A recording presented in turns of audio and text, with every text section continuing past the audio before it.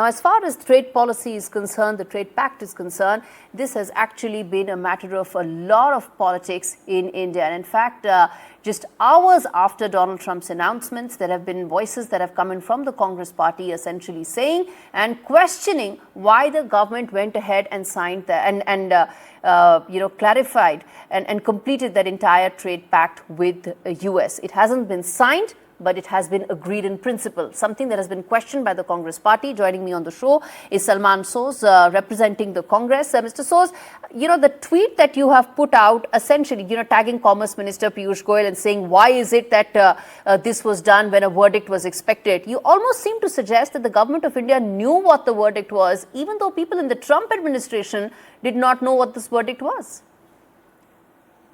Well, everybody had information about this. So let me just explain what I meant in my tweet. This case has been going on for some time, in fact, longer than many people had expected, because there were obvious legal issues associated with this, with the imposition of tariffs, using emergency powers.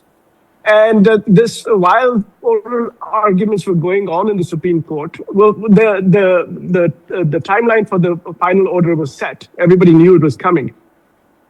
Obviously, nobody knew what the judgment would be. But during oral arguments, the conservative justices had already indicated that they were deeply uncomfortable with the powers that were being, sought. And so there was a lot of commentary in the US about how it was likely that the justices would overturn this. Okay. Now, even if we assume for a moment that we did not know what the justices would say. That's clear. Even if the commentary suggested that they might overturn President Trump's tariffs. 20 days is hardly, 20 days or a month, because this order was coming. Everybody knew it was coming. We could have waited. And then right now, our bargaining position would be stronger. We have no leverage right now. We have no leverage for a deal, in my opinion, is terrible from India's perspective.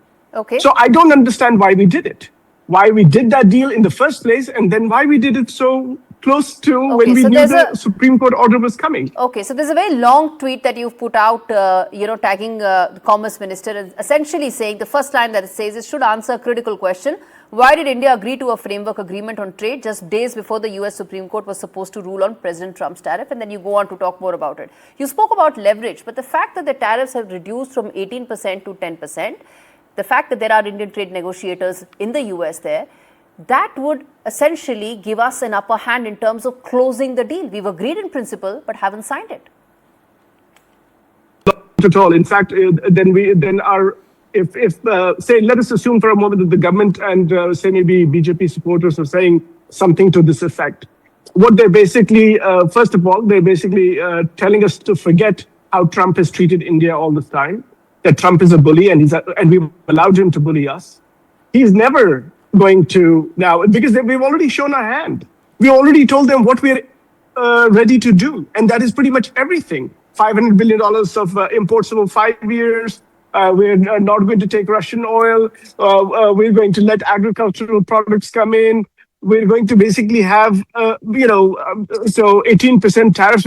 So we already agreed to everything. They know it, and they know where our, what our bargaining position is. So I think we've already shown our hand. So I don't think this is going. So anybody who's thinking that this is going to somehow strengthen us, I think they're mistaken, because President Trump still has other ways of enforcing tariffs, including, by the way, not just this Section 122, which is going to be valid only for 5 months. And the US Congress cannot approve those tariffs because there is not enough support in the Senate. So leave the Section 122, then there is Section 232, and then there's Section 302, where they can open an investigation into a country. Assume for a moment that we tell them, now we're not going to agree to this, what you're saying. Our position is somehow strengthened. They can impose Section 301, knowing full well what we've been able to, what we had already agreed to do, which is basically bend over backwards to accommodate President Trump, which I think was a huge mistake. Mr. Soz, your very premise so far has been that the deal that we've agreed to in principle is not good for India. And from there, your entire argument flows. But the fact is, India has clarified, the government has clarified that whether it is about agriculture, whether it is about any sensitive sectors, none of that is going to be opened. So why is it that your premise itself is that this deal is bad for India? So I think you're right in saying that I feel my premise is that that deal has not been good for India, and that deal is actually not good for India. And there are many reasons for that. So I'm not going to get into sovereignty issues and energy policy because people have talked about that. So let's leave that to the side. Let's just talk purely about trade. So what does the deal really have? The deal has basically said that we're going to increase our imports from the US by a factor of more than 2.5. That's 2.5 times the imports that we were doing earlier over 5 years. I don't understand why we were not importing that much earlier. If we really needed those imports, then we should have been importing them earlier. We don't need those imports. They're forcing us to import from them. So that's one. The second thing is that anybody who says that our relative competitiveness is better because we are at 18% and Bangladesh is 19%, has simply no clue as to what trade tariffs were before Trump imposed his tariffs. Bangladesh's duties were 5 times the duties that were imposed on Indian goods in 2024. And now we're separated by 1 percentage point.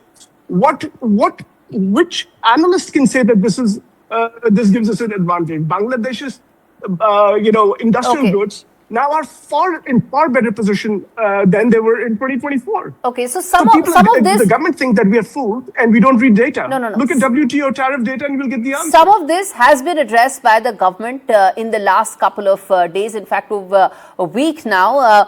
But Mr. Soz, your primary contention that what happens next could actually add to more volatility. Well, we're going to wait and see how it really pans out from here on. But Mr. Soz, thanks so much for speaking to us on India Sense.